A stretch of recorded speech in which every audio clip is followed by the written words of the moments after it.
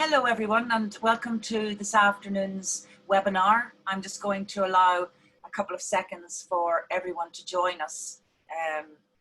As you know, I'd like everybody to be here for as much of it as we possibly can. So I'm absolutely delighted today to have our panel of Aideen Bodkin, fashion designer, Donal Horgan, who's been with us before, who has been giving us excellent financial advice, and Donal is a chartered accountant, has his own practice, and has lovely insights for small enterprise and craft, and his insights last week were excellent.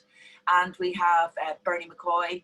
Bernie ran her own knitwear business, and Bernie's now a senior lecturer in NCAD in fashion textiles. So I'd also like to welcome, and I'm delighted that we have a lot of the audience today who are in home and gift and other areas apart from fashion, because the themes are common to all. And what we will be focusing on today, as you know, is that period of time after 3 years in business. You know, you'll have worked extremely hard day and night for the last 3, could be 5, could be 10 years. And then you hit at a 3 to 4 year time, you can hit serious questions on a variety of issues. Now I'm going to open up with Bernie McCoy, and Bernie is going to be looking with a kind of a retrospective lens on the situation. So with that, I'd like to hand it over to you, Bernie. Welcome and thank you. Thank you very much, Ina, and I'm delighted to be involved again with one of your webinars. They're hugely valuable, and hopefully you will get something out of this today. Bear with me while I present my screen. And okay, so what I'm going to talk about today, again, as Emer outlined, is sort of a hindsight look back at you know, at the things that worked well, that I would possibly have done differently had I had my time again in having my own business. So I wanted to look through anything that would have given you some tips or advice, or just recognizing areas that maybe were a bit difficult. So had I only known that, is what I've titled it. So yeah, as Emer outlined, I had a business for over 15 years, probably a bit longer actually, with a lot of in-house productions. We had a design studio where all the prototyping took place, where we developed the collections with employees. So there's a lot of responsibility there. Some of the smaller ranges were produced in-house, and then a lot of it was also equally outsourced. We also did an awful lot with other companies. You know, we would have been involved in product development for other brands over the years as well, and you know, we was touch based in a lot of places within the industry in itself. And one of the things is, you know, an awful lot of opportunities come your way, and you never think anything is perfect. And I think that was one of the things I wanted to highlight. We're all perfectionists in a way, and we think that, you know, nothing is ever ready, or nothing is good enough to launch out there, or to show to people, or to have some interaction with. And I think that we stop ourselves doing things at times because we think, I'm not good enough, or I'm not ready, or I don't know enough about a certain aspect of what I'm trying to do. And it's usually if we're a bit of a perfectionist, and we need to be a bit of a perfectionist, because the work that we do, it does need to be of high quality. It needs to, when you put it out, that's your reputation that it's you know, on the line. But you really need to not be afraid to just take a leap into something, and don't use the excuse that you're just not ready, because nobody's ever ready at any particular time to do anything. And if we all thought that way, nobody would actually do anything. So just do it. If you need to make a leap, make that leap. Even if you're not absolutely 100% happy, not happy, but you feel that you're not ready, you probably are, because most other people aren't either, and they just have to get on and do it. So don't let that hold you up, is one of the things I would say. Timing is everything, and that's the thing about being ready. opportunities come along and you don't know when they're going to land on your lap. And a lot of people would say this to you, you know, you just have to be ready for, and it's hugely important that you can take a leap when it comes, that you don't turn it down. So if somebody from a magazine decides they want to do a feature on the latest knitwear collection and you've not quite got there, figure out some sort of a story behind what you've got, as far as you've got to date, even if you have to be creative about how you're going to interact with that coverage. But don't turn it down and don't sort of go, oh, I'm not ready. It's, you know, I can't do it. So I would always ensure that that's, you know, that's at your forefront of your mind. So timing is that, so be ready for it. You can create your own opportunities, but those that happen out of your control, as I said, may never come again. So just be a little bit courageous and not such a perfectionist, and just make sure that you try and grab those opportunities as they come to you. The people that you surround yourself with, these are really, really important. The right people at the right time can make a huge difference to what you're doing, and you need to surround yourself with those people and don't be afraid to talk to them. You know, debates around kitchen tables or dinner parties or people that you engage with, encourage that. Don't sort of hide in your design studio thinking I've got to keep this under wraps, I've got to sort of develop a product range or my collection and then launch it out into the world. Create some dialogue with people. You'll get such an amount of feedback from them that you don't even realize you're getting it. So don't be afraid to surround yourself by those that you think might influence or give you valuable information that will help you in terms of developing your business and your range and your collection. Your family are fantastic, and you need to have them around you, but they're not the people that you need to actually contribute to what you're doing. Also, if you've got a plan that you want to be selling in a certain outlet, or you want to be selling at a certain level of the market, you need to interact with those people at that level. So you don't hide away and think you're not good enough, or that your product isn't, again, right for that market. Unless you go and talk to them, unless you actually interact with them, you'll never know that. And I know when I started out first, you're a little bit unsure, even a few years in, you're sometimes unsure as to whether or not something, you know, whether you should be talking to certain people, or whether your product or your business is ready to talk to certain people. But I think if you approach it and you frame it in a correct way, that engagement and that dialogue with those people will benefit you. So you don't go in and say, you may not go in and say, you know, I'm the best thing since sliced bread, but you might go in and say, well, look, I have something really different to offer here, and I wonder what you think about it, and I wonder what way it might work with what you already do. And then it's a dialogue that you open up, and you can then develop a relationship with that person. So surround yourself with the people that are really going to make a difference to what you're trying to do.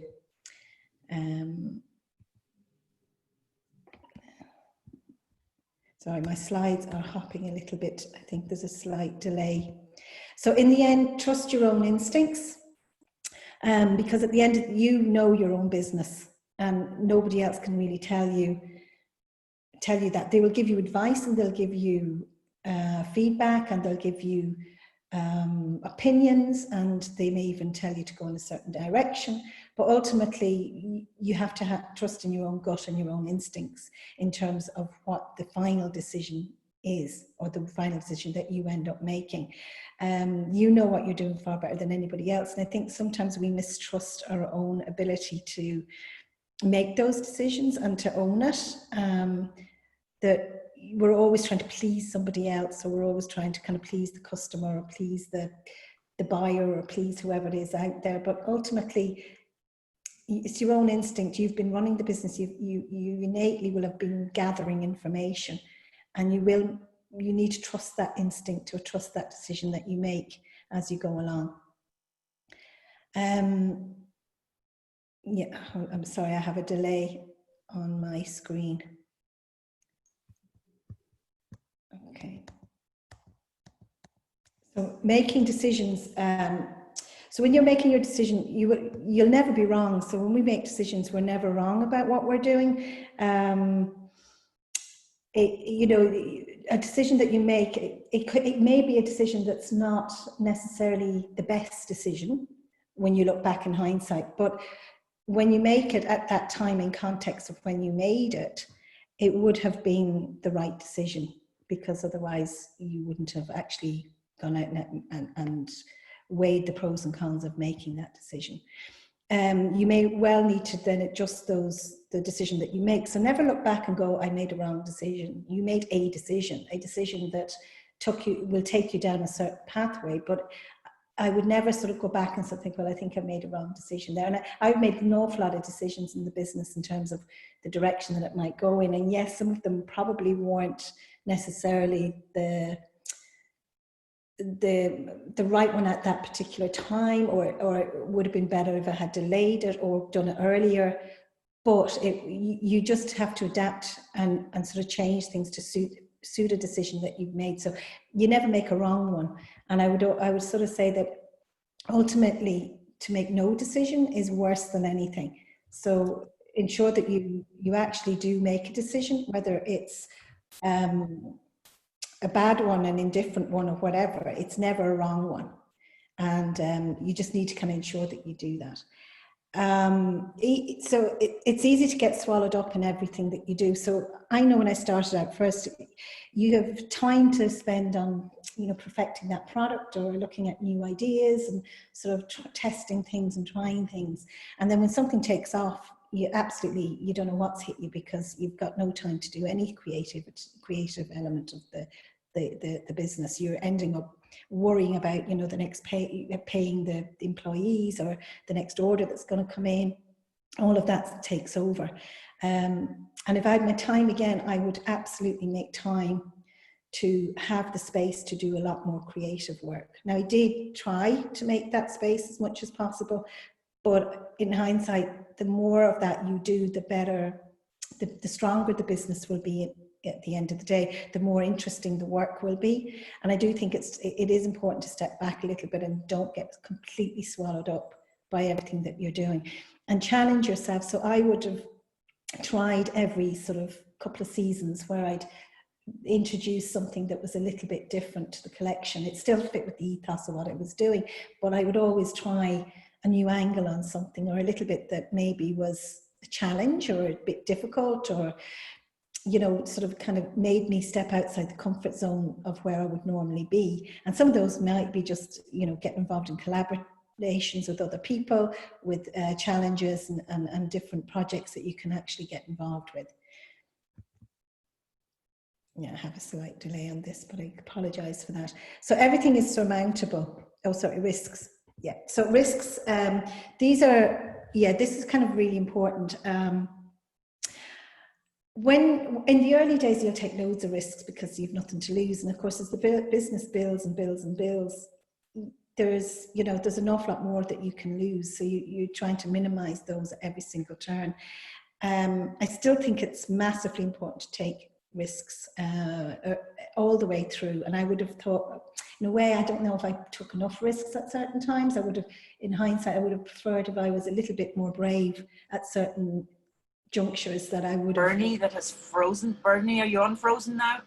Oh, am I? Froze. Could you go back to risks, please? Okay, on my screen it's on risks, Emer. I'm sorry, it's freezing. We're on a bit of a lag here, I think. Okay, can my two other speakers nod? Did you have Bernie freeze there?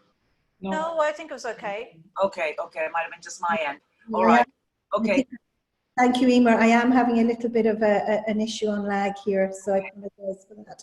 I'm nearly finished though, so it'll be okay, I hope. So yeah, just on the risks end of things, that you do take those risks. There's two elements to it. It's the risk that you want to take and you want to try and you want to sort of challenge yourself and really push the business and push what you're doing.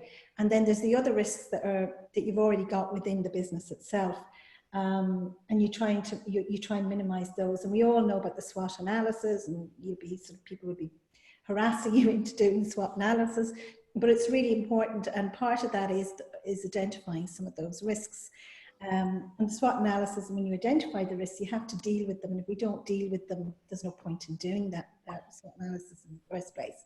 So I do remember there was one instant when, with the risk end of things in my business, sort of halfway through 5 or 6 years in, I think it was, where I had a fantastic agent, and she was just the best thing I ever had. She was fantastic.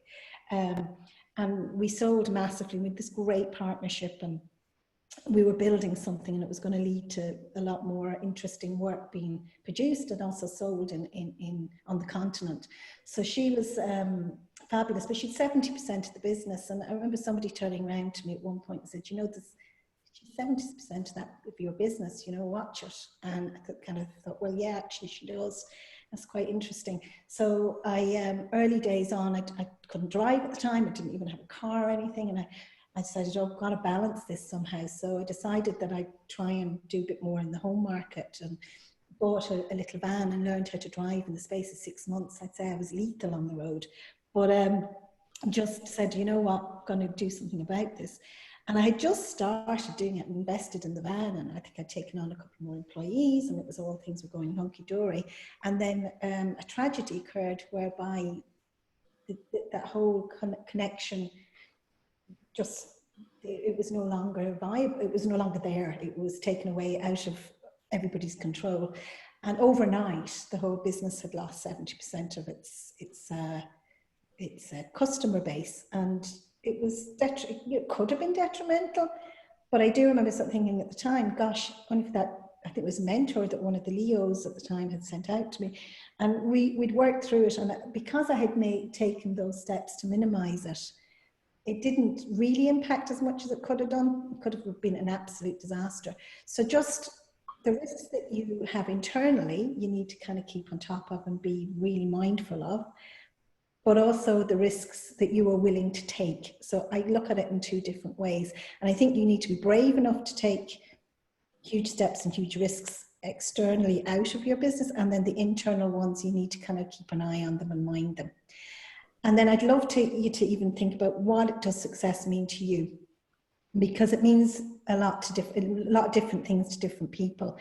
And I would also be not looking over my shoulder at what somebody else is doing and trying to emanate that necessarily. Yes, look at maybe the process of how they got there, but don't be comparing yourself constantly to somebody else who's done fabulously well here or there. You're different, and what you bring to your business and your product is different to what they have. And I just think you need to be fair to yourself and be understanding of where you're coming from and where you're going, and not necessarily everybody else. So don't beat yourself up about the fact that maybe you're not selling in BTs, or you're not selling on that isn't probably where you need to be or should be. Okay, and I think, Emer, if this is still lagging. No, you're okay. It's stabilized again. So are you ready to hand over? Thank you.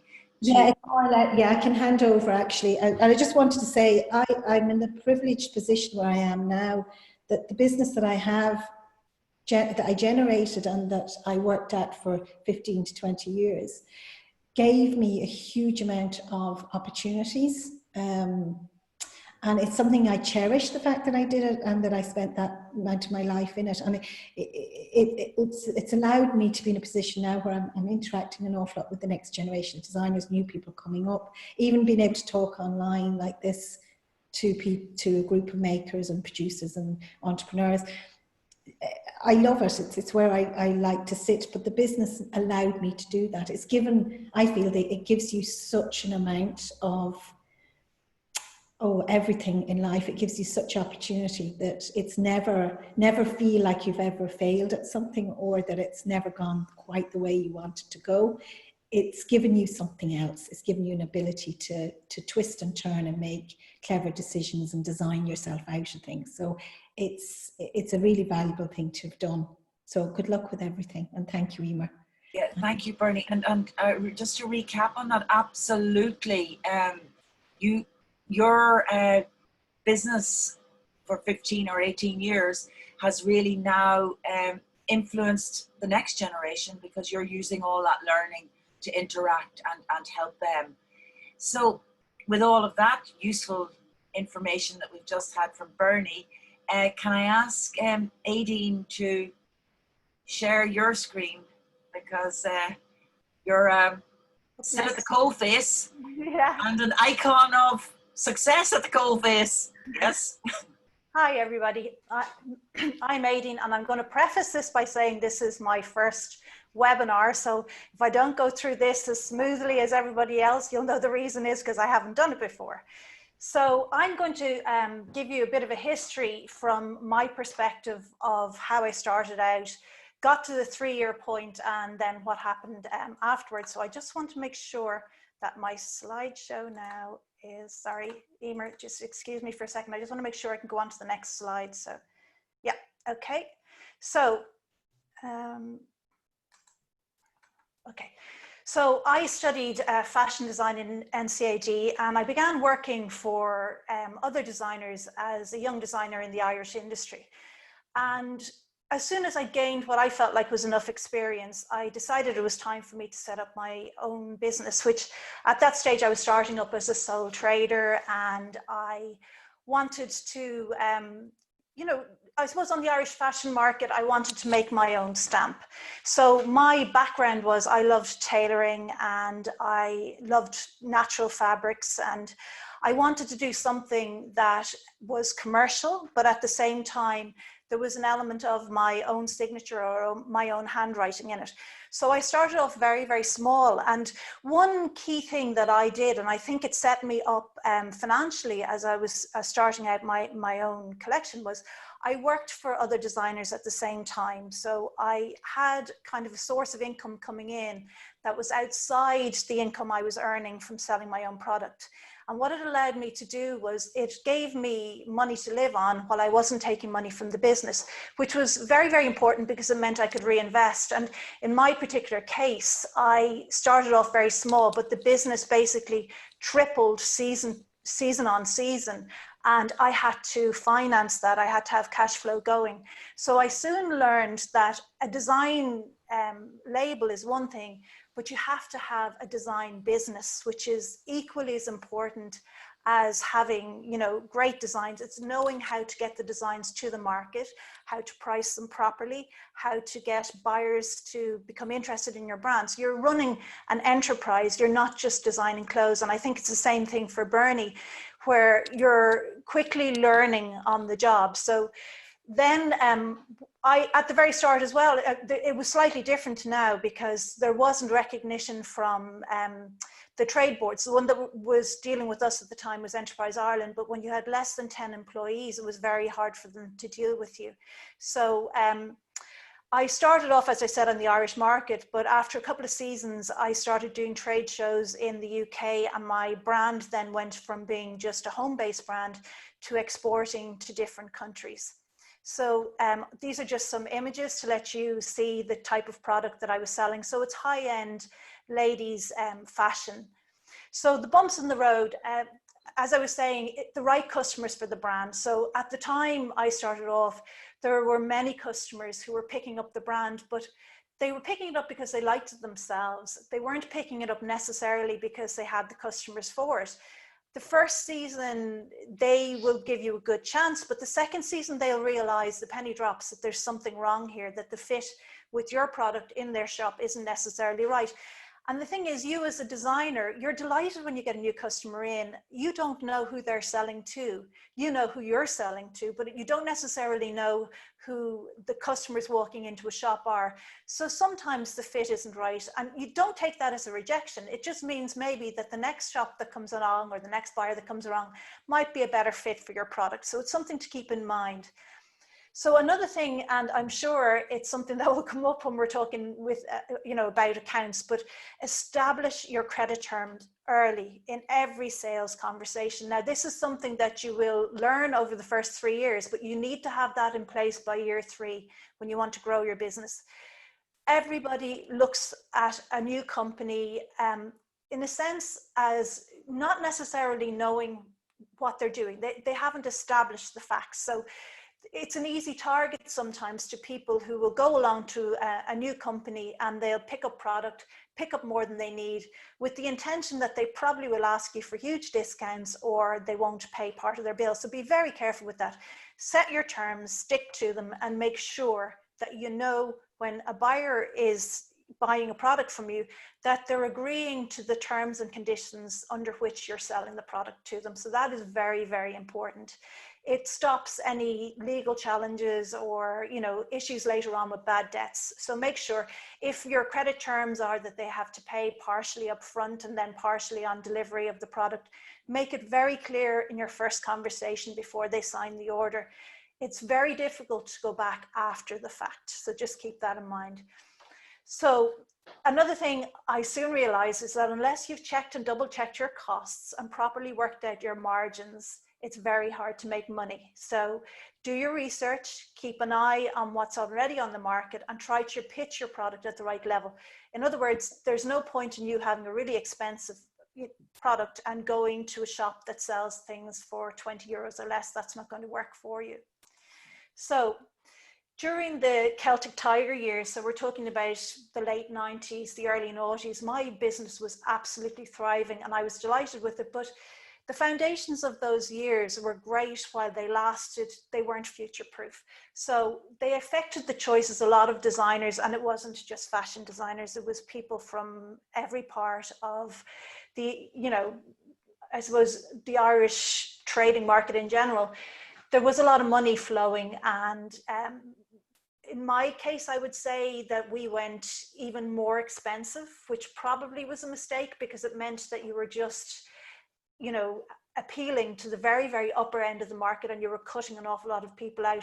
And when the downturn happened, you were left in a position where you were slightly stranded out to sea. So just be very careful with that.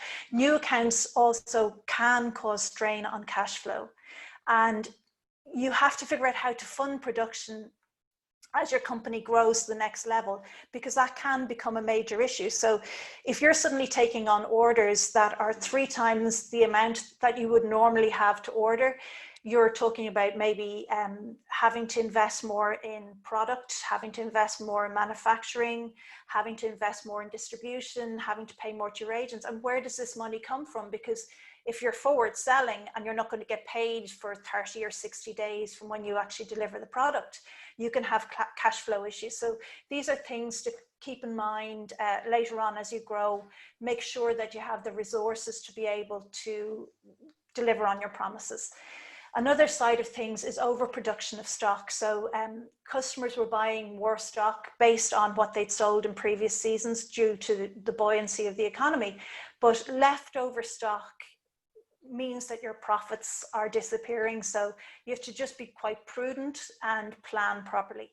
So then my brand, the Aideen Bodkin brand, moved into being a more dressy designer range due to demand from customers for occasion wear as the downturn happened, because that was the part of the market that was still working okay. People would always find money to spend if they were going out summer, if they needed a special occasion outfit. So going through a few more images here. So then the toughest years. So dealing with the recession in 2009 and the following 3 years of difficult trading is something that newer companies won't have had experience of, but you're experiencing something very, very similar at the moment with the COVID-19 pandemic. So I'll explain how we managed to get through this. So the recession didn't hit my company until 2010 because I forward sell the stock in advance. So in other words, I would sell a season ahead of times. I'd sell 6 months ahead of delivering the stock. So when the recession hit, I was already guaranteed orders. So I was able to fulfill those. The worry was going to be getting paid for those orders. So the other side of things that we noticed as well is many customers who had opened shops during the boom times, they weren't really, you know, in the fashion industry. So to speak from the start, they thought it was a great idea. But as soon as the hard times hit, you realize that there were some companies that had been formed by business people. There were other people who formed companies as speculators, and they were the ones who suffered. They didn't manage things properly. So again, bad debts and closures, this is going to happen to everybody. No matter how long you're in business, you're going to experience something like this.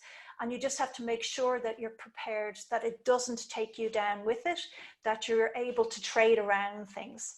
So for me, a quick decision was made on concentrating on what type of product that we would be able to sell during tougher years. And as I said, we went more for an occasion wear product because we knew that people were spending money there, but it also led me to review prices because I had to bring my prices down in line with what the market could afford. I was fortunate that I was working with a really, really good business manager. And it's something I think that Bernie touched on earlier. Surrounding yourself with people who give you good advice is the most important thing.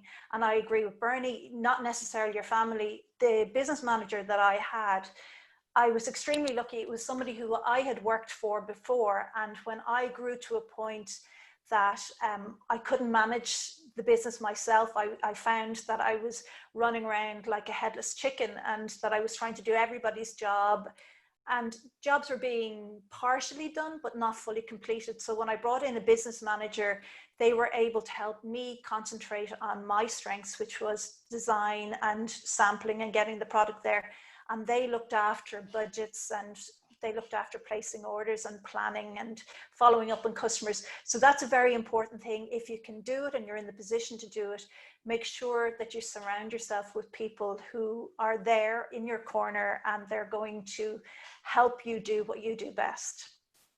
So then just, you can see some more images. So rebuilding and refocusing. So what you need to do, and now is the time, I think in the next 6 months, everybody's going to face this. You have to assess what the market demands. You have to figure out, is your product right for the market? It might have been right for the market pre-February of this year. Is it ready going forward? Have things changed? Have people's attitude changed? So you need to kind of reflect and make sure that your product is right for the market, and is this the right market for your product? So one of the things, again, that Bernie touched on earlier on was offering a quality product. Are you offering quality and value in your product? Value doesn't necessarily mean that it's a low price. Value actually means that the product itself warrants the price that you've put on it. And if your price point is higher, it means that the quality of the product and the quality of the components of your product warrant that price. You have to make necessary changes. So you do listen to feedback from your customers, but don't let them tell you what to do. You can take opinions on board, but it doesn't necessarily mean that you have to change what you do to suit what others are asking of you. You never overpromise and underdeliver. That's a motto that I have. So if I feel that something is going to be a challenge, or if I feel that it's going to take a little bit longer, give yourself some leeway. The last thing you want to do as you're trying to grow a company is get known for being the person who's promised that they're going to deliver Mount Everest and then turns up with the sugar loaf. So your customers will lose confidence in your brand and they'll move elsewhere. Very important that you keep your customers on board because they're going to grow along the journey with you. So another thing I've written here is don't flip-flop. So establish your style or your product and stick to it. You know, I think it was something, again, that Bernie said earlier on, you can watch your contemporaries, you can watch the people around you, and maybe they have something that's different to yours and you think it's a great product, but the last thing you need to do is be one thing 1 minute and something else the next, because there's no consistency in that and you will not keep your buyers. They came to you because they liked what you had. So you need to keep developing and working on the type of product that you have established. So we go on to the next thing. So value yourself and your time. Now, this is a mistake I think an awful lot of people make at the start, where you are so excited about getting a product to market that you forget to actually value the amount of time that you've put into developing the product or making the product. And especially with craftspeople and designers, we have a tendency to think, oh, there's something else on the market and it's retailing at €50, so I should keep my product at €50. And and suddenly you realize that it's taken you 10 hours to make this product that you're selling at 50 euros. So you've literally valued your time at €5 an hour. Just be very careful and make sure that you value your own time and your own labor as much as you value those who work for you. Another thing, as I have mentioned here, quality dictates the price. And I think I said that in an earlier sentence. So the higher the quality, the more a buyer will pay for your product, because they can see the quality in the product. Don't cut corners to make a product cheaper, because quality may suffer. And what you had originally as a high-end product, you're cutting corners to try and get a better margin. All of a sudden, it becomes a mass market product rather than the high-end quality product that you were, wanting to show in the first place. Another thing that's very important, and again, it's something that Bernie mentioned about having creative space. Keep on learning. The first 3 years in business are the sharpest learning curve, because you're dealing with things on a daily basis that maybe never came up before. But after that, it is very, very important that you keep doing research, you keep watching what's going on around you, and that you keep very aware of changing patterns and changing trends and changes in the marketplace. And especially now in the age of technology, when we're all conversing with each other online and virtually, it's very important that you embrace all these type of things and you incorporate them into your way of doing business. Because we've all seen in the last 6-8 months the way retail has changed, and the way products now are very much online. It's a huge, shop window to the world.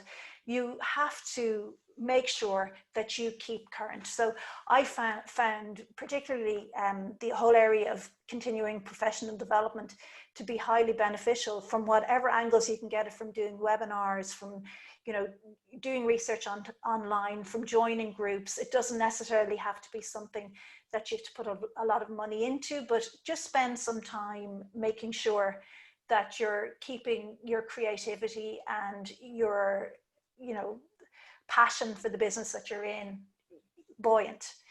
So another thing is, sometimes fear stops us from learning something new, but if we don't embrace change and new ideas, we will soon become yesterday's news. And I think that's something that I live by, that you have to keep making sure that you never stop learning as you go along. So now I am going to pass you back over to Emer. Oh, Emer's disappeared. Emer hasn't disappeared, Emer's back. That was absolutely wonderful, Aideen. I think that was really beneficial to everyone. And I see Bernie McCoy has been sneaking in and answering questions as we go along. So it'll be the Guinness out of the 60 seconds of silence when it comes to the Q&A. No sneaky answers to trade fairs as we go along, Bernie, please. But anyway, I think everybody's enjoying it as we go along. And Donald, we're going to enjoy your piece as well. Okay? So with that, I'd like Donald to share his screen and we'll look at the accounting challenges. Hopefully you're seeing me there. Yep. Yes, well, we can see the slides, yes. Okay, very good, very good. Well, you don't need to see me. I'm not a pretty picture, as they say. Okay, where's my start? Slideshow and go. Okay, can you all hear me? Yep. Great. Donald Horgan here, for those of you that haven't met me before. We're HFS accountants in Mountrath and County Laois, and we're here to talk, I suppose. When I was thinking about a couple of slides to put up for today, I was trying to think about what did I want to achieve out of it. And number one, the priority for me is not to bore you and put you to sleep. So hopefully we're not going to do that. And to aid that, we're going to be quite brief, and we'll be speaking for maybe 10 minutes. And hopefully what we'll say will be consistent with what you've heard from both Bernie and Aideen over this afternoon. So most of my talk is just about generalities and what we would see from all across all different business types. And I suppose out of the textbooks on business, they will tell you that there are 4 main phases that a business will go through over its life. The first one being startup, and generally that would coincide with the first 3 years in business. And once you get beyond that, then hopefully you go into a growth phase, and then at some point into the future, it'll turn to maturity and finally renewal or decline. But we're here in essence, I suppose, to talk about the growth phase, or my few slides are based on the growth phase and the type of problems that it might that you might encounter as you go through growth.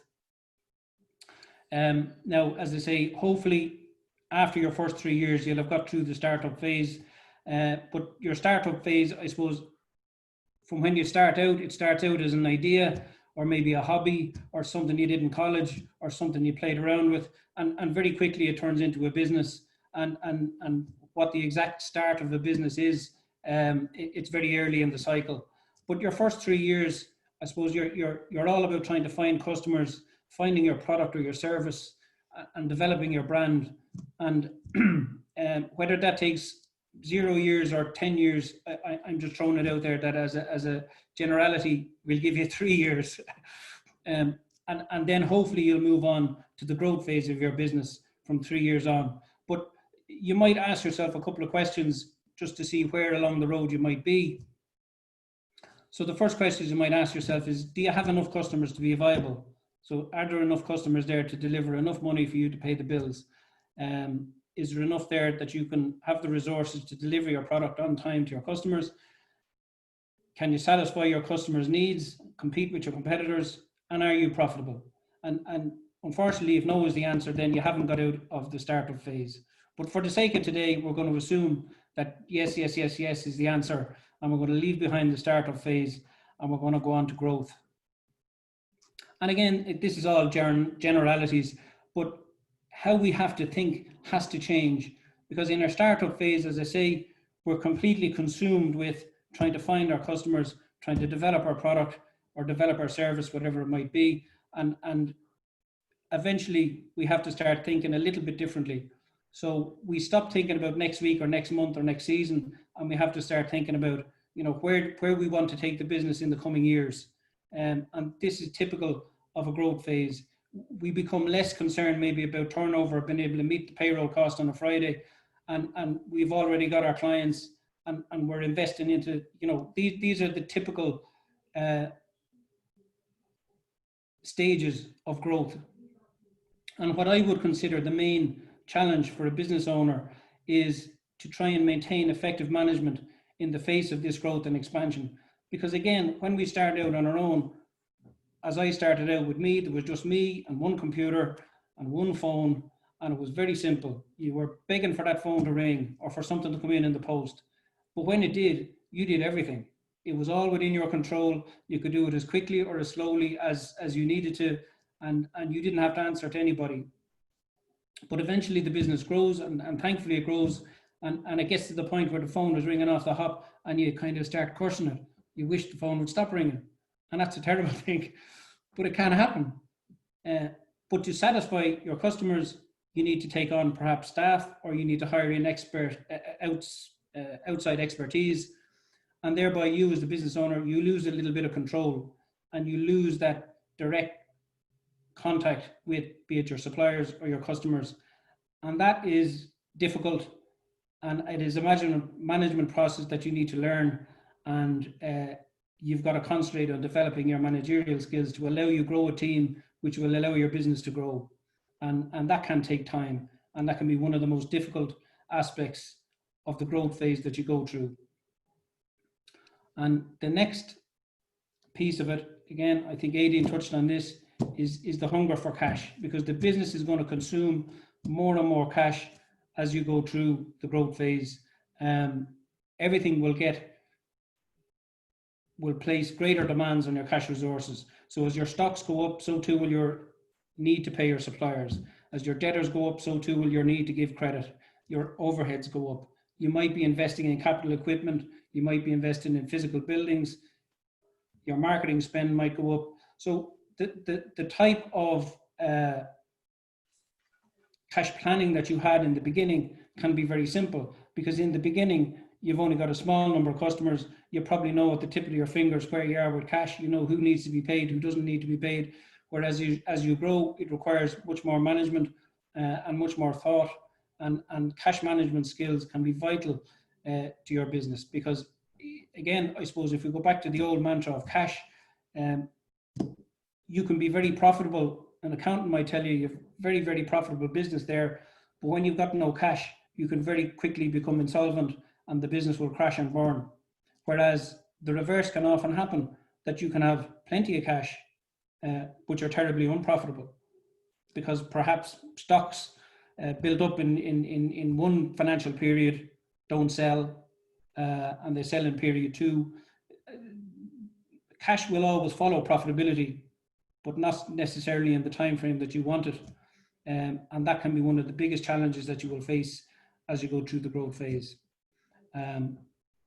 So the two things I would ask you all to consider going through your growth phases, and hopefully you will all reach growth, and when you do embrace it, two of the main challenges that you will meet is your ability to effectively manage as your staff numbers might increase. And even if you don't have direct employees, you're going to have outside expertise that you're going to need to bring in. And that management is difficult. And secondly is cash management. And if you can handle both of them, you're going to be well on the way to getting your business into the third phase, which is a maturity phase. And that should be the business where the business will tip along quite nicely. And hopefully then you can relax a little bit and you can start thinking about retirement and your millions and what you're going to do with them. So very short and very sweet. That's it for me for right now, Emer. Donald, thank you very much. I'm opening it up to the floor now. And as I do that, you'll see the answer to Bernie had a question that came in there about baby wear trade fair, and she's answered that question for us.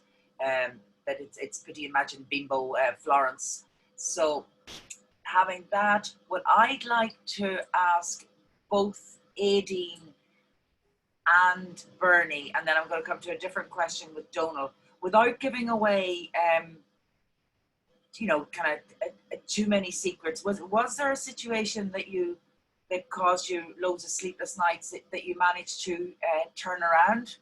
And can you, first Aideen and then Bernie, give any hints as to, if cash flow is a real problem, if one of your distributors has just let you down, if an order's been cancelled, have you any suggestions on how to manage that stress or how to work your way out of it, or have you any safety net, Yeah, I can come back with one major disaster story that happened to me where the nature of my product is that I would use a variety of different fabrics, and I was working with the company in Portugal at the time who placed product in different factories for me. So how it worked was one factory would do, say, trousers, another factory would do jackets, another factory would do dresses. But this particular time, they split a fabric and they sent it to two separate factories. And Bernie will know who I'm talking here. Anne Cullen was working for me at the time. She works in NCAD with Bernie. And I brought Anne out to Portugal with me to try and sort out the problem. And what had happened was they split a velvet fabric between two factories, and one factory managed to cut it with the pile going upwards and the other factory managed with the pile going downwards. So you can imagine nothing matched. And I'm there looking at a fortune's worth of stock that I couldn't sell. Not only that, but the factory that had cut it with the pile going up had the pile going up on the front of it and the pile going down on the back of it. And as a result, something that was supposed to fit a size 16 person was now fitting a size 12. So I'm looking at thousands of euros worth of stock in a mistake. And I, at the time, flew out, tried to sort out the problem. But to be perfectly honest now, and this is the lesson to learn, sometimes there are problems that you can't fix. So the first thing you have to do is you have to get out in front of it. You have to get out in front of the problem. You have to tell your customers that you're not going to be able to deliver something. In this instance, we were probably able to deliver part of it because it meant that anybody who was buying larger sizes, like a size 18, was certainly not going to get their order because there was no way. But it meant that, say, sizing things down and resizing labels, things like that. Like you can use a few tricks to try and get around things, but at the end of the day, you're going to end up letting customers down. So the best policy is honesty. You have to be able to take a hit. And I'm going to refer back to something that Donal said. This was during the growth phase. It wasn't through the maturity phase. So unfortunately at the time, it did affect the company badly. But you can look at the disaster all around you. You can throw a tantrum. You can cry. It's not going to change the situation. You have to manage whatever is thrown in front of you. And the only way to do that is to look at it with a calm head, say to yourself, can I pivot? Can I change the situation? Make the best with what you have in front of you and try and deliver to your normal standards. So in other words, make sure it was good quality product and you can send it out the door, because 9 out of 10 times you can salvage something. But the one thing you can't salvage if you get it wrong is your reputation. So in other words, if I just sent stuff out and I'd said, look, you know, they're not going to notice if something's two sizes too small, I could have ruined the business. And I didn't do that. So I took a hit on something like 20%, 30% of the stock, but I sent the rest of it out and the customers were happy with it. So, you know, the business grew from there. So that's probably referring back to what you're saying. You can manage things. That's a good insight for all of us. Turning to Bernie. Yeah, I suppose I mentioned initially about the agent that we had in Europe, and that was a huge disaster at the time. And I remember thinking, goodness, the business really could crumble on that. And we just worked really, really hard to build up the other aspects of the business to branch out, I suppose, into other markets and find new customer base. That was the main thing. The other one that we did at one point, well, there was two, but one of them I'll touch on really briefly because I think it's important, is the staffing. I remember we used to have somebody who used to do a lot of finishing. Well, we'd have different stages in the production, and some of it we would do in-house if it was a certain order or it needed to get out quickly. And our setup was that we get pieces in from the factories that we would then change into lots of different things. So it was kind of a business model that worked for us for a while. And we'd one particular person I took on who was working for us, and they had no background at all in making or in creative elements of anything. I took a bit of a risk on this person. So I took them on and they were working with us for a while, but I put them on a particular task, and I just, for some reason, something in me said, go back and check what they had been doing. And I like that with like Aidine's scenario, things were done incorrectly. And I had boxes and boxes and boxes of stuff to go out. I mean, they were on top of each other. And I checked them, and there's one little task that has to be done on a particular piece of knit. And if you don't do it, the whole thing unravels, and it's a bit of a nightmare. And they had missed it continuously when I spot checked the order that had to go out. And this was the one to go out to the large agent that we had. And I just had to pull it. I just had to ring her up and negotiate another delivery time. And we went painstakingly through. But the learning from it in a way is that particular person didn't really fit the team. They never fitted the team from day one. And if you bring in an employee that doesn't fit the team, I didn't have the bottle to deal with it early enough. And I do think they knew, I knew, we sat down, had a very, very, honest conversation with each other, and they weren't happy either. And it's about recognizing that. So sometimes you have to recognize what's not working and be brave enough to address it, and not to leave it to actually eat into everything and cause you a major disruption. So that would be, I suppose, one of the things I would highlight. So be brave enough to tackle issues head on if you need to. Head on when it's not working. Donal, without giving away any client confidentialities, could you take up that theme of, addressing the difficult, thorny issue, whether it's cash flow or whether it's carrying extra or wrong employees or whatever, that you would have come across in your small to medium businesses at that crucial stage? And do you know what was the kind of general content of the conversations that you have, and when they implemented your advice, the effects it had? It's kind of out of context, but I'll try this one. I worked for a healthcare company some years ago, and we had bought out a small orthopedic company in the UK, who were owed a good lump of money off the NHS, and we had a particular problem with our paperwork, because the NHS will pay the bills when they get them, but you got to dot every I and cross every T. So we had inherited a computer system which we weren't happy with. So we put in our own computer system, and we ran, if you like, a new debtor's ledger off the new system, and we ran down the old debtor's ledger off the old system. So if you can follow me, for a year or two, we had 2 debtor's ledgers. And as we collected money in, debtor's ledger 2 became smaller and smaller and smaller, and was nearly gone. And I remember one morning going into Birmingham Airport with my boss at the time, and I made what I thought was a very rational argument that we should just close off the second ledger because it was time consuming and there was very little money left on it, and there was too much effort to maintain the 2 ledgers. And I thought I made a lovely, logical, great argument. And he turned to me and he says, "Donald, will you ever collect that effing money?" And that would have solved the problem, would have brought it in, customers would have been paid, and debtor would have been put to bed. So the argument I would have, or this is out of context, I know, but make sure you go and collect your money. And I think we said it last week at some slide, the sale is never over until you're paid. So I'm sure I'm not answering the question asked, but yeah, no, you've got to the meat of the issue there. Aideen, would you have small insights on getting paid? Yeah, I have run the gauntlet when it comes to getting paid. I remember one instance, actually one of the worst ones. Bernie at the time, I was exporting. By the way, that's a dog in the background, not me snoring. I had a client in Italy who had a big department store, and we sold at the time quite a lot of stock to them. So it was about 12,000 euros worth of stock.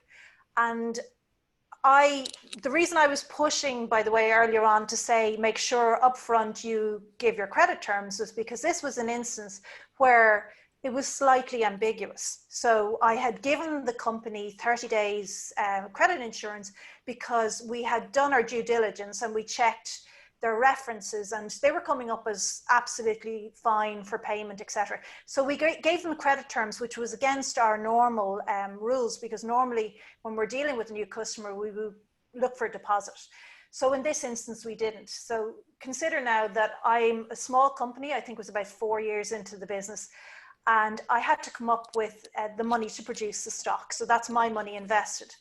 I sent the stock over to them and the alarm bells began to ring about a month later when we started looking for money. They were being evasive. And it went on for another month and we were getting, oh yes, it's gone to our accountants.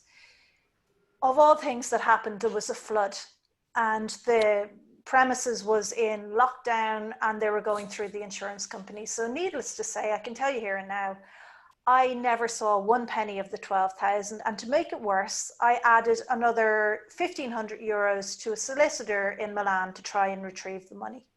The biggest mistake I made was changing my own company policy. Instead of looking for a deposit up front and asking for the money there and then, I really wanted the order, and it's something actually that Donald mentioned and Bernie said earlier. You're so enthusiastic about taking something on that you do not put the steps in place to avoid a disaster. So I can tell you I did it once, but I never did it again. You know, unfortunately, it's learning the hard way. Getting your fingers burnt once means you won't do it twice. But if there's one thing I would stress to anybody who's 3 years in business or more, be 100% upfront in your first conversation with the buyer about what you expect from them and what they expect from you. And then there can't be any messing. You know, you have to make sure, number one, that you have terms and conditions and you have the retention of title. I don't know whether you guys have spoken about that before, but you have to have that clause on your invoices going out to say that the goods the title doesn't pass until the goods are paid for in full. Because if you're not paid, as Donald said earlier on, you're actually not running a business, you're running a charity and you're giving things to other people. So the only way is to be upfront, to follow up, make sure you're sending out your monthly statements, and try. What I have done over the years is I have given accounts to an off-site company who deals with it. So it's very difficult sometimes when you have a relationship with buyers to be then the person asking them for money, because, you know, you're kind of meeting them once a year and you're trying to show them product and you're putting on your really nice, you know, presentation face. And then a week or two later, you're on the phone going, where is my money? And it's a very difficult thing to do. So one word of advice, as soon as you possibly can, it doesn't matter if it's your sister, your boyfriend, your school teacher, get somebody else to look for the money for you, because, you know, sales meetings can be a little bit confused later on. Okay, that's great, Aileen. Aileen, I noticed, and correct me if I'm wrong here, but I do think from memory, from about 2011 to 2013, you didn't do any supplemental or repeat orders to your end customers. Would I be right in that? That, do you remember when we were coming in the height of the downturn, right? And you said that hit you from, say, 2010 onwards. Would I be right in noting that your strategy at that time was that you did a single collection, you limited the collection, and there were no supplementals or repeats during that time? You know, once it was gone, it was gone. For me, I always did 2 collections a year, but what I had to do was I had to act fast and think ahead. So I was finding at that stage that a lot of customers, I probably lost about 30% of my customers over 2 seasons. And that was a huge blow, because I would have had quite a sizable export market. And that was the first thing to be affected during the downturn. Because one thing I would say about the Irish market is that Irish consumers they're very willing to support Irish designers if the product is right. And I know there's a green campaign going on at the moment, Champion Green, which is a great idea. And it really puts it to the forefront, you know, in people's minds that there's people behind the product. So there's a designer behind every product that's out there. What happened was I was at trade shows in the UK selling product, and I was selling it 6 months ahead of time. But all of a sudden, shops were disappearing.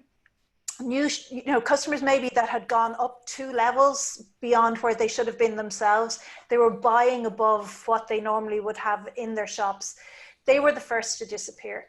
And I found what I had to do was I had to corral the horses as quickly as I possibly could. I had to kind of get a handle on what I had.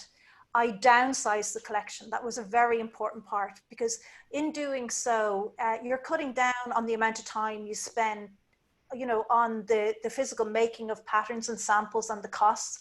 So I was trying to offer less variety to less customers, but make it profitable in doing so. And that's actually a very important lesson. Sometimes, you know, in your own mind, when I was working on collections at that stage, I would have had 90 to 100 pieces in each collection twice a year, you know, and probably out of that, if I was to look at it, I would say that the bulk of sales were coming from 50% of that. But I made the other 50% as an indulgence to myself. And sometimes you have to do it for creativity purposes, but sometimes you also have to realize that something that you like is never going to sell. So at that stage, when the recession hit and it was a choice between kind of making less products, making the company more profitable, and keeping your employees employed, you make the right decisions. But it was a very good strategy at the time. Yep. Because yes, you narrowed your range and you narrowed the collection, but it wasn't that evident to the end customer, and your continuity was there, your brand was there, and I think the end customer viewed you as a great Irish brand who had weathered the storm. Yeah. I mean, you do, like, I think I touched on it earlier on where you're talking about, you know, you will have good, I don't know, Bernie, if this was the same for you, but for most people, you'll say that you have, you know, A, B, and C customers. And your A customers are the ones that you really have to try and please, because they're the ones who keep coming back to you. Your B customers are the ones who like your product, but they're possibly buying it to have a brand in store to sell whatever else they have. And your C customers are the customers that you know yourself are probably, they're dipping into something maybe they're not used to. So, you know, they're not the right customers for your brand, but it's necessarily to have, you know, it's necessary for a company to try all avenues. But your A customers are the most important customers because they're the backbone of your business. So when they give you feedback, you have to listen to that feedback. You know, if you're listening to feedback from your C customers, you're in a bad position. Your C customers are not your customers. Your A customers are the ones that you really have to listen to. Okay, well, we'll take away from today that we will listen to those A customers. I was absolutely delighted, Aideen, that you emphasised and reiterated that the loyalty of the Irish market and buying Irish. And the Design Crafts Council has actually a campaign going on at the moment, Made Local, in conjunction with our maker members, and it's really getting traction over the last week, which is great. And I do think that it'll help people come out of COVID, this recognition of the story and the high level of design and making quality. Yeah.